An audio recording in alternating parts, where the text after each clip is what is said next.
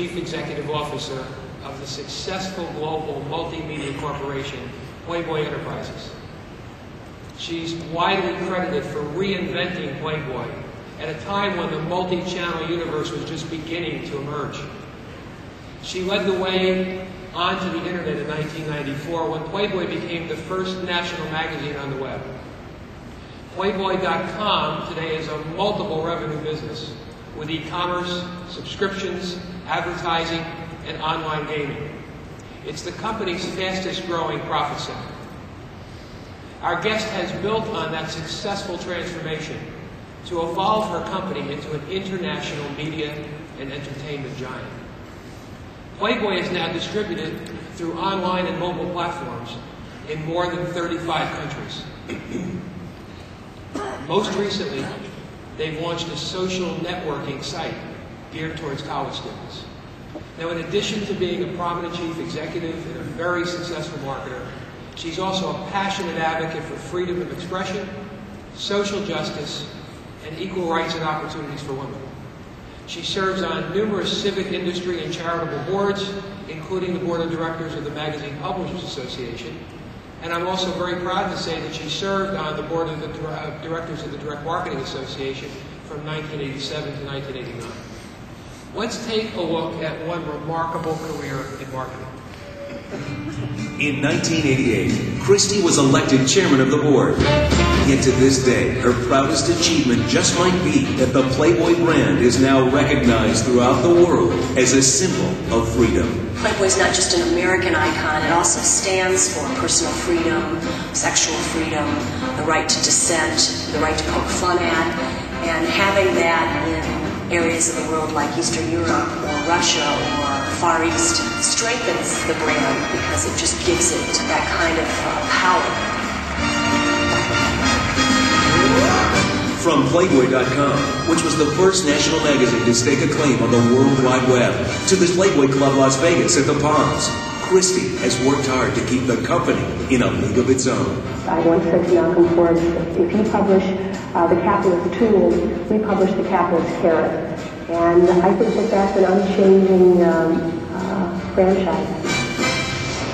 In acknowledgement of Christie's many achievements, Forbes magazine recognized her as one of America's 100 most powerful women. I think that there's a pride in a family company about the quality of what you do that's very special. And over the long haul, Playboy's ability to sustain this unique niche in multimedia under the Playboy brand has been in part because of the attention to quality and detail that starts with my father.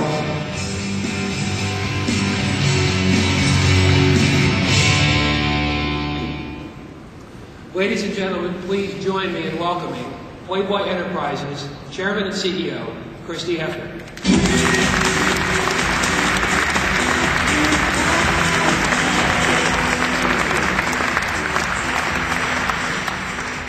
Good morning, everyone, and thank you, John, for that gracious introduction. And as John alluded to, it's a pleasure to be here with you because I have a real sense of connection to the industry and the association. I sit today on the executive committee and the PAC committee for the Magazine Publishers Association, and we are frequently, as I know you're aware, allied in our interests, whether they are in Washington or with consumers. I'm also a strong believer that the expertise and mind side of the direct marketing industry is critical to all marketers in moving ahead. In fact, from my vantage point, the two things that will distinguish great, successful marketing companies going forward is one, sort of a strong brand connection to consumers, and two, a direct marketing, targeted marketing, personalization in the approach to consumers. So I start from a perspective that those of you in this hall are actually well situated to navigate the challenges in the coming years and to build on your expertise in an ever-evolving multi-channel marketing environment. Now, we at Playboy have thought of marketing both from a brand perspective and from a direct marketing perspective for many years. And part of how we've tried to evolve is to create the world of Playboy with as many touch points as possible. So just to give you sort of a little sample of what that might mean as we're here in Las Vegas, you could have, as opposed to where you did, stayed last night in the Hugh and Hefner Sky Villa at the Palms Tower. Now, this would have cost you $40,000 a night, so you hopefully were lucky at craps last night. Then, before getting up in the morning, you could have taken a little dip in this cantilevered indoor-outdoor pool at the Playboy Villa. Then you might have splashed on some of our new Playboy fragrances if you're a man, or tried some of our new Playboy cosmetics if you're a woman. Then you could have tuned in to Playboy on Sirius Radio to get an update on what's new and important that's going on in the world and the world of Playboy. You could have used your mobile phone to check in with both Playboy content and other content you were interested in. You could have stopped by either our Playboy store at the Palms or our even bigger store at the Forum to pick up some gifts for the people as you go home. Then if you had a little time in the afternoon, you could have gone to a movie theater to see the hot comedy House Bunny. Or if you were feeling a little bit lagging, you could have drank a little bit of the Playboy energy drink. And then late in the evening, you could have gone to the Playboy Casino Lounge at the Palms to win the money to stay at the Hugh and Hefner Sky Villa. And back at the Sky Villa, of course, you could have enjoyed either Playboy TV or Girls Next Door, the highest rated show on the E! Channel, or gone online to shop for other gifts to bring home, and of course enjoyed reading Playboy magazine. So our whole approach has been to create these touch points around the Playboy brand. Now, I believe the Playboy brand is unique, but I also think some of what we've learned in our ability to evolve from a successful magazine franchise to a successful international brand can provide some ideas and maybe lessons learned that will be relevant to you all as you think about your businesses. And that's what I'd like to kind of focus on today. So in the beginning was a word and were some pictures. And part of what the idea from the beginning was that, like many great magazines, Playboy was going to represent not just a series of articles, but a point of view about the world. And in the case of Playboy, that was a view that celebrated life, that broke with the conformity of the early 1950s, that had a sense of play and pleasure and fun, but that went hand in hand with serious ideas about what would make the world a better place, and a serious commitment to personal freedom. So from the beginning, it was a combination of a platform for ideas, but also a lifestyle. And that was very much reflected in the mix of content in the magazine, which was high-quality editorial, whether the Playboy interview, great writers like Norman Mailer, famous celebrities, in this case Barbie Benton. And that mix from almost the beginning became extraordinarily successful. So, for example, Braden Carter, editor-in-chief of Vanity Fair, wrote last year that, quote, "It would be tough to overstate the greatness of a magazine that had Marilyn Monroe as its first centerfold and Kerouac, Steinbeck, and Wodehouse on call by its 5th anniversary, whose table of contents is a veritable who's who of the best writers of the day and their most compelling subjects, including the signature Playboy interviews, which deliver the kind of no-holds-barred ranting and raving that made it famous."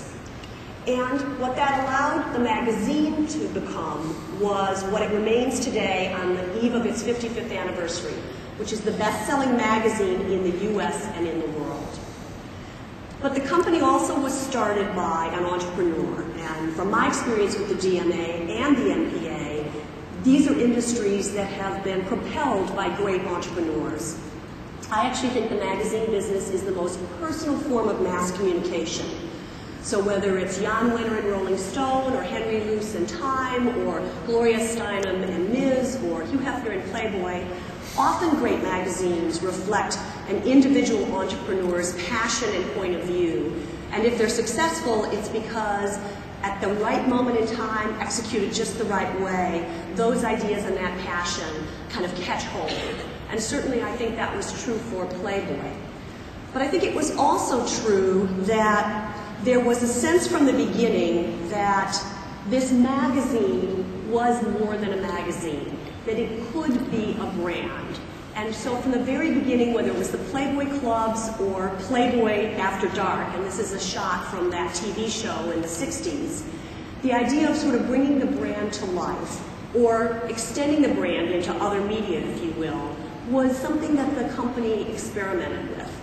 And this show, which was really the original quality adult variety show, could feature performances from the Grateful Dead to Tony Bennett and interviews from Lenny Bruce to the documentary filmmakers of Woodstock, but also intrinsically represented some of the values of Playboy. It was the first syndicated show that had an integrated cast and integrated performers, and indeed was not carried by stations in the South because of that. So there was always kind of the underlying values and ideas that the magazine represented when, for example, it would interview Miles Davis or publish Roots before it became a book or a mini-series, integrated with the entertainment. And I think part of what we're always trying to do is to make our brand stand for something that isn't just the fact that it's recognized. I actually have a point of view about brands that is a little different than others, in that I don't think that every popular product is automatically a brand. So, for example, I would argue that Virgin Airlines is a brand, American Airlines is an airline. Nike is a brand, Reebok is a shoe company. What are the differences? The differences are a brand is something that reflects a point of view or an attitude, and as such it can be translated from one product to another because consumers seek it out as a way of self-identifying with that attitude. And that was very much important in Playboy's evolution because it allowed us to take this idea of Playboy the brand and some of the early experimentation with things like Playboy After Dark and launch our first really successful multimedia expansion 25 years ago with Playboy TV. What we thought was possible was that in a world of 50 channels, which is what cable originally was, which now sounds like nothing, but compared to what I grew up with, which was ABC, CBS, and NBC, and maybe on that dial, if you were as adept as a safecracker, you could find a UHF channel, all of a sudden had evolved to this plethora of channels, which it struck me meant that potentially consumers would tune to channels, not just programs. That channels could become destinations, not just delivery mechanisms for programs that were destinations. And of course, if we think back to the early years of cable, that is how great new channels got launched. So our theory was the opportunity to launch Playboy TV in that environment. Now, you think about it in retrospect, and it's perhaps easy to think, well, kind of a no-brainer. I mean, Playboy is a great entertainment brand. It's always been a very visual magazine. Of course it would work as a television network. But actually, the reason it worked, and the reason we're the only magazine brand that has a television network, is because we thought differently about television than print. And this is one of the lessons that I would encourage all of you who are thinking about extending your channels of distribution to consider. That what you're looking for is not a way of simply taking the marketing message or the content from one channel and repurposing it on another, but finding the intersection between that channel of marketing or distribution and how the consumer uses it with your brand or content or marketing. So what did that mean for us? What it meant for us is if Playboy magazine is a great men's magazine, we could have decided to try and launch a men's television network. But I had a different view. My view was, think about it. Magazine reading's very personal. It's just me and my magazine. But what about television viewing? It's kind of the opposite. It's sort of a social experience, right? You're watching it with your friends, you're watching it with your spouse, you're watching it with your boyfriend or girlfriend. So what if we could create a channel that indeed was programmed to be watched by men and women together, for couples as opposed to, let's say, a bunch of lonely guys? That might be a bigger business. And so we set out with that intention in mind. We also recognize that a magazine can be paced by the reader. So the reader picks up Playboy and says, now I want to read the interview with Matt Damon, now I want to look at the pictures of Cindy Crawford. Now I want to read the piece on the hot new cars. But television, which is a push medium, means that the moment that the consumer clicks on your channel is the moment you either engage them or they move away. So we thought that what that meant for us is that we had to kind of compress what the brand would mean in television and make it kind of quality, sexy entertainment all the time. So the investigative journalism and the long-form fiction and things that work wonderfully in the random access medium of magazines would not work so well in television. So we set out from the beginning to program Playboy TV differently than we set out to program Playboy magazine, and as a consequence wound up with a channel that is in 70 countries, that is watched primarily by couples, and that we create almost all of the content for ourselves, which became very valuable as new media, like online and mobile, began to create other platforms for distribution of that content. And just to go back to my point about, well, how hard was it to do? If it was easy to do, then the channel that your kids watch would be called Rolling Stone, not MTV. And the channel that my husband loves best would be called Sports Illustrated, not ESPN. And my favorite news channel would be called Time, not CNN. So it's not so easy to do, even with great brands that start in one medium, in part because the inclination is to take the same content and also sometimes even the same staff and just move them over into the other medium, as opposed to finding a way to kind of create an intersection between the brand and each new medium. So with that lesson learned, we were, as John alluded to, very excited about the possibility of what the World Wide Web might represent, and had been experimenting with what was then called new media. So I had done a series of deals. I did a deal with IBM to take the Playboy interviews, not just the text, but audio and photographic, and create a CD-ROM that was searchable by subject, so you could type in religion or sex and find out what every Playboy interviewee over all of those decades had to say on that subject. And we've done a CDI project with Philips that used some wonderful video we'd shot on sensual massage that was a sort of informational entertainment project, all of which was designed to help us learn how to create compelling content in a multimedia world. Now, I have to say that one of our ways of looking at new media opportunities, and I think this is maybe true of new business opportunities, is to be creatively a risk taker but financially conservative. I'm sure you've heard the expression, don't bet the ranch. In my company, that really comes down to don't bet the mansion. We don't ever want to make an investment decision that if it doesn't work out, I have to pick up the phone and call my father and say, I found a lovely 2-bedroom apartment in Westwood for you. But it means that look for ways to, partner, look for ways to capitalize on other people's money, particularly people who themselves want to drive distribution of technologies and understand that it's content that will do that, and take creative risks. So we've been doing that before the internet itself became kind of an interesting opportunity. And then another sort of learning of mine has always been to be out and about.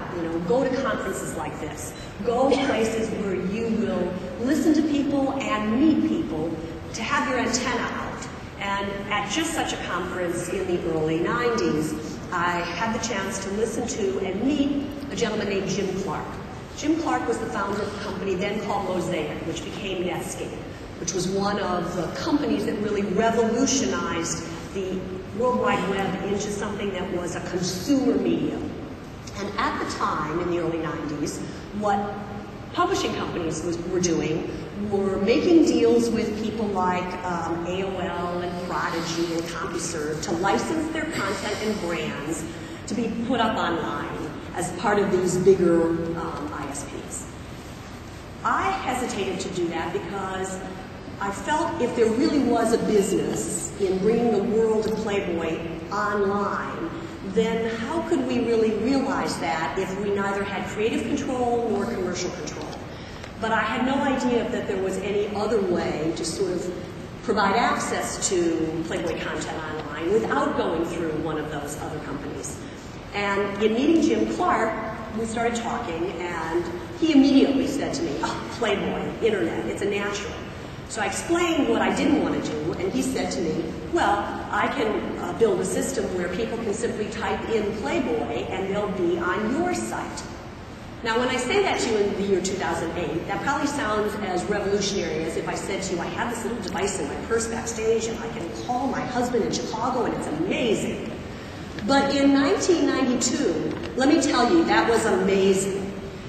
Anyway, we partnered with Jim Clark, and our whole premise was, if we build it, will they come? And the answer was yes, and from those early beginnings, we launched Playboy.com with a view that, again, just as we did with television, we would not just take content from the magazine and put it online, but try and figure out what was the difference between the consumer in the online space and the consumer in television or consumer in a magazine. And of course, what we learned is what, by now everybody understands, which is things like the need to refresh the content daily, the opportunity and indeed imperative of making the content interactive. So for example, if one of the storied franchises of Playboy the magazine is the Playmate of the Month and the Playmate of the Year, and those are chosen ultimately by the editors and my father, this gave us a chance to have a different approach that was a kind of a democratic American Idol style approach to choosing a cyber girl every month. It gave us a chance to do interactive polls. It gave us a chance to publish pieces that would have been no longer timely if we waited for the monthly magazine. And, back to my TV example, let us go back to the breadth of Playboy content, because like a magazine, the consumer is the editor online and decides whether or not they want information on travel or on sports or a Q&A with somebody who's in the news. And it allowed us to start experimenting with what would be the revenue model. And from the beginning, our idea was it was a multi-revenue stream model in which we could sell content, because Playboy-style content on TV like HBO and of course through the magazine is content that A, is age verified, and B, is the kind of content people will pay for. One of the things we learned is that there was no pricing relationship between the magazine and online. So we could sell Playboy Cyber Club for $19.99 a month when you would pay $19.99 for a year of Playboy magazine. So we tried to be open to learning what the consumer would tell us and be willing to constantly evolve. Because this is, I think, the most important lesson for me about the internet, more than print and more than television, is because it is driven by new technologies and by the adaptation of those technologies by consumers, sometimes in ways unforeseen. Remember, the last election, last presidential election, there was no YouTube and there was no Facebook. That's how new those technologies are and those companies are. It's really critical in this space to create a culture of innovation that is sort of the antithesis of, kind of we're going to build the house and then maybe in 5 years or 10 years go back and think about refreshing it or adding another wing. And so, as John mentioned, we've been trying to embrace the opportunity to do new content and experiences that would capitalize on where consumers are leading us, as well as where technologies allow us to go. So we did launch Playboy U, this social networking site. We are moving towards even more user-generated content and having a mix of the voice of authority of the brand with our consumers commenting. So, for example, the fashion editor does a piece on back to campus fashions, a long franchise in the magazine. But now at Playboy.com, our universe of 7 million unique visitors a month submit their photographs of what's the cool look on their campus, what are the best stores to shop at, how they feel about the trends. The magazine editors publish a piece on, if you're in Miami, what's the best sports bar, what's the best dance club, what's the best steak place. Our consumers online can talk about that among themselves and back and forth with the editors. So what we're trying to do is not just have a site that generates a new way of distributing content, but embracing new ways of using technology. So another example of that is launching Playboy Digital, which we do with a company called Zinio, that some of you may know. So this is literally the magazine that you would buy on the newsstand, but delivered downloadable on your computer in ways that are searchable and bookmarkable and allows you to interact with it, including having both in the editorial and in the advertising embedded video. And at this point, for us and for other publishers, I would say that it's not a big business, but it is a growing business. And given that the delivery of the magazine this way is 75% less expensive for us than through the mail, it's a pretty intriguing business. So we're looking to embrace new technologies and also new trends. This is that movie, The House Bunny, that I mentioned in my little opening. But I'm showing it to you because one of the other trends that we've been taking advantage of is the kind of integration of e-commerce with content. So this is just a screen grab of the fact that on our site, you can connect to the opportunity to buy products, whether it's the rabbit head diamond necklace or other products that are showcased in the movie or that Anna Faris wears in the movie. So we're trying to capitalize on moving away from the silos of product, content, and advertising to have a more integrated experience. And yet at the same time, we're also recognizing what our core competencies are. So we recently outsourced both our catalog and e-commerce business to a very good company called eFashion Solutions, because we believed that while from a marketing perspective, we very much wanted to be in control of the consumer interface, from a kind of infrastructure perspective, we could do better with a company that was its core competence. And it also allows us to create multiple communities of interest. So we might have a community of interest around fans of the House Bunny or fans of the Girls Next Door on our website, but we also would have a community of interest around the Playboy Forum, which is kind of the political part of the magazine, or the college experience with Playboy U. So back to my comment up front, that target marketing orientation that is at the heart of direct marketing is a great asset when you apply it to the web, and particularly to the notion that increasingly a lot of what's going to happen online and through mobile is going to be kind of pull technology. We also have evolved from silos of marketing to integrated marketing. So on the consumer side, we now bundle together subscription to the magazine and subscription to Playboy Cyber Club. We're in the early days. We would, market them kind of separately. So today we now have a file of 7.5 million customers that we can market to and that we're always looking to expand. And on the advertising side, we have an integrated ad sales team. So in the .com bubble days, I'd say 80% of the ads that ran on Playboy.com were from other .com companies. They were the same companies that were buying those Super Bowl ads in that heyday of the .com run-up. Today, 80% of the ads that run on Playboy.com are the same companies that are also advertising in Playboy in print. And indeed, most of our packages of advertising partnerships include print, online, and some kind of sponsorship or event. So our mantra, in a world in which consumers are getting more content online than in print, in which advertisers are spending more money online than in print in terms of trends, is to grow our total audience and our total ad sales. So last year, between Playboy in print and Playboy online, just in the US, we grew total audience 9%, total ad sales 10%. So we're, for all intents and purposes, kind of ecumenical about how people access our content and how we can monetize that. What we want to do is just build the business overall. And we do that also in another way that has changed over time. In the early days of online, a lot of people embraced kind of what was called a walled garden approach. So you would build a site and your goal would be to keep people on your site.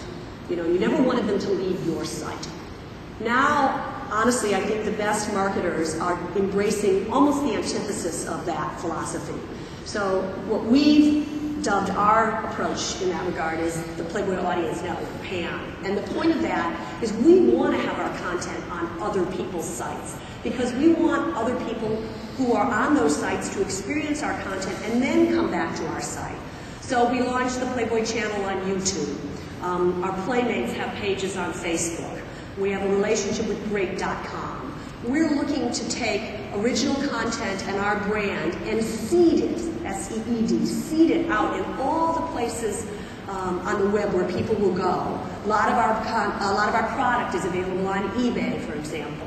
So that notion in the past of other sites somehow being your competitors, I think is just really not true. I think now those other sites are your assets, are your allies. So when we wanted to do a Playboy casting call for models, we deliberately took it out to YouTube so that we could be out in front of more and different consumers, as well as the consumers that come to Playboy.com. So the last sort of lesson learned then is this importance of the rate of change, which is the sort of morph swiftly, the kind of exponential change, along with the idea of interactivity and the growth of advertising from banners to video, along with trying to integrate online in a way in which we see it almost as the glue between the two-dimensional parts of our company, like the magazine and television, and the three-dimensional parts of our company, like events and location-based entertainment and Playboy stores. And we're very committed to extending that into the mobile space. So because we're international, we have 24 editions of the magazine around the world, which are 80% local content, whether that's in Brazil or Poland. We saw the adaptation of mobile devices for entertainment much earlier than if we had just been looking at the US market. So we've actually been in this business for 6 years. It's a very profitable business.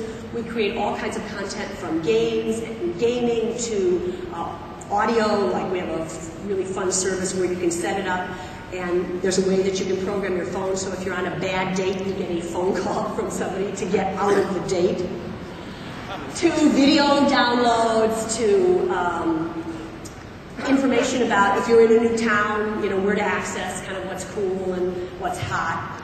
So we're big believers in this, and it's particularly important, even though the US is way behind Europe and Asia, for all of you to think about, because the millennial generation, which is I think usually considered like 13 to 21-year-olds, 70% of them believe that their handheld phone or handheld mobile device is an entertainment device. So even though a lot of us might have trouble imagining that third screen as really being an entertainment screen because of its size, although look at the iPhone screen, it's a pretty beautiful, actually, reproduction of quality video. Clearly the generation that is growing up is going to look to access that. And that creates marketing opportunities as well as content opportunities. We did a Miss Playboy Mobile contest deliberately to drive people to vote online, to vote via their mobile devices, specifically because we're looking to start to encourage people to think about mobile and our brand as being connected. So even though if you're US-centric, it's not a big business here as it is in Europe and Asia, it's a business we're thinking about getting involved in as a marketing company, thinking about what brands or sites or content might marry with your messaging, and begin to experiment with it, because it is the natural extension of the kind of personalized target marketing that is your lifeblood. So the last point I want to make is that I've talked a lot about sort of what I'll call high tech, but I'm a big believer in something that John Nesbitt wrote about many years ago, which is in a world that is increasingly high tech, high touch has even more value. So my small example of why that's true is in a world in which email is ubiquitous, the handwritten thank you note has more meaning than ever before. So from a business perspective, what that means for us is bringing the brand to life, the way Disney does with its theme parks. So we do that through events, with a college marketing organization, through concerts and promotions that allow us to integrate advertiser interests with consumer interests with the brand, to marketing that both brings in new consumers, allows us to cross-market our other businesses, and kind of creates brand ambassadors. And then, as I say, sort of creates this more valuable experiential marketing in the digital age that extends itself to everything from our jazz festival to our golf tournament to the Playboy project at the Palms.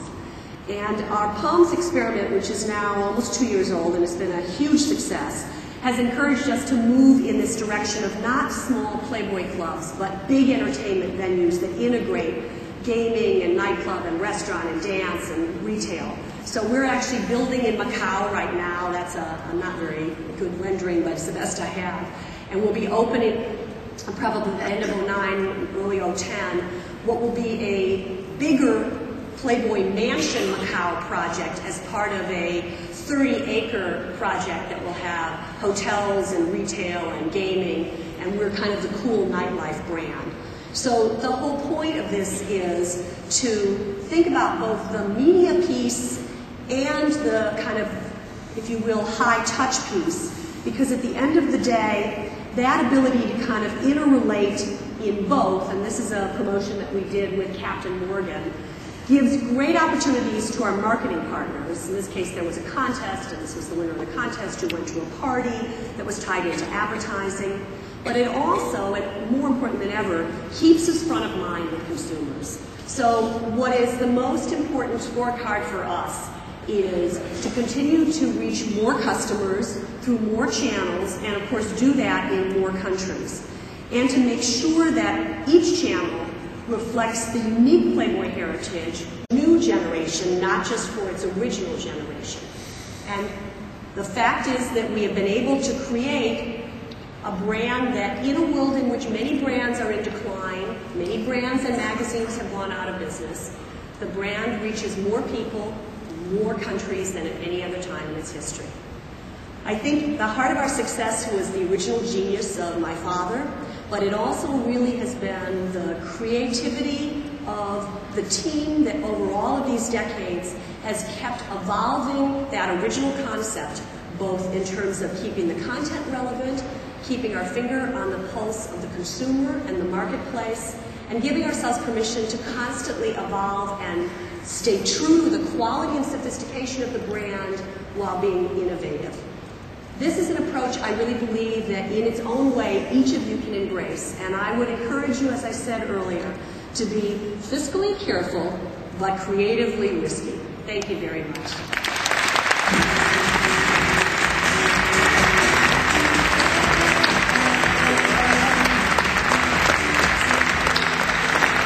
Thank you, Christy. Your insight and leadership are inspiring to all of us, and we truly admire the tremendous contributions you've made to publishing and direct marketing over the years.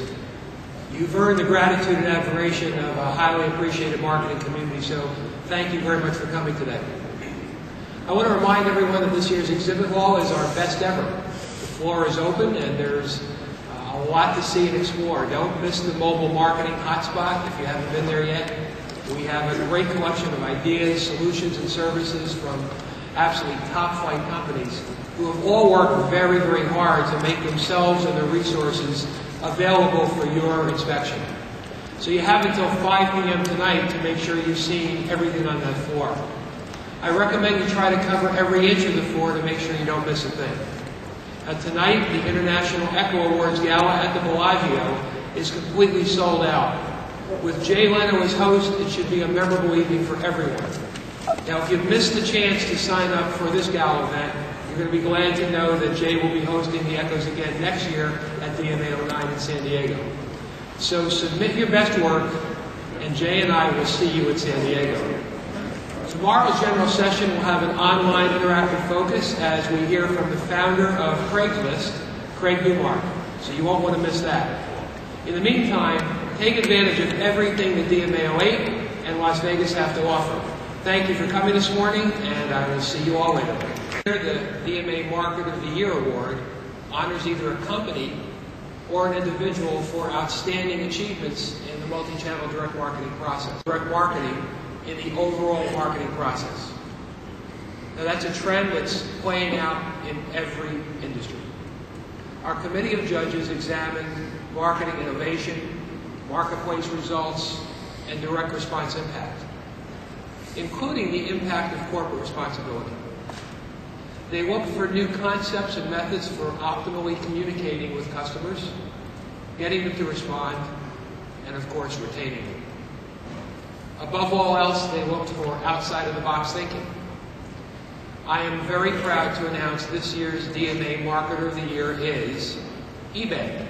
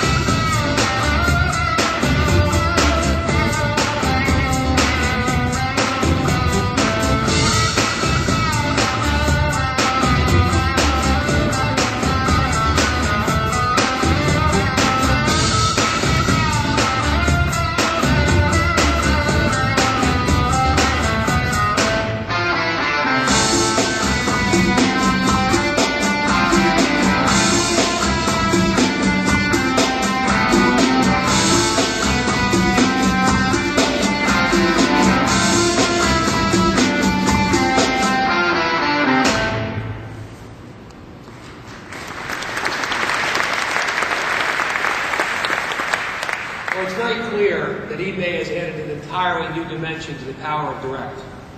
Buyers can find highly relevant offers, and they can respond directly.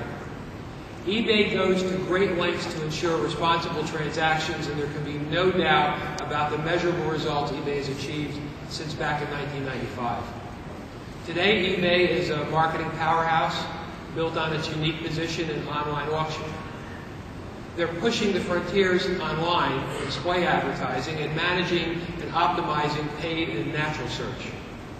eBay, together with PayPal and a variety of other new technologies, has really changed the face of internet commerce. They have made it possible for people to trust one another in online transactions, which we as direct marketers recognize as really essential to a successful marketplace. Much like DMA, eBay places great emphasis on community. They've created new online marketplaces such as World of Good, featuring products with a positive impact on people and the planet. I'm very pleased to introduce Jed Paulson, eBay Senior Manager of Marketing Technology.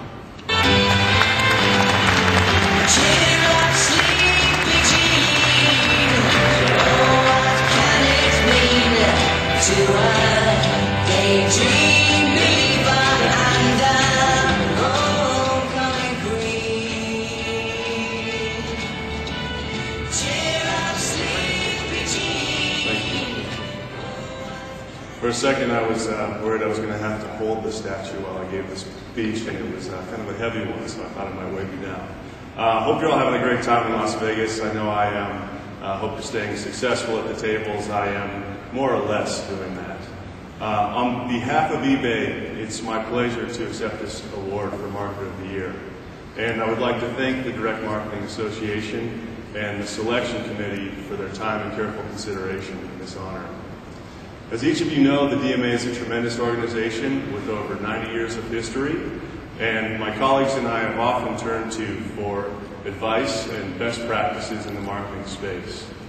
Thus, it's wonderful that the DMA is returning the favor and recognizing us for our innovation and marketing leadership. I spent a good portion of yesterday walking through the exhibit hall and meeting you, learning about your companies, visiting some friends from the tables that took my money the night before, and then learning more about this multifaceted industry.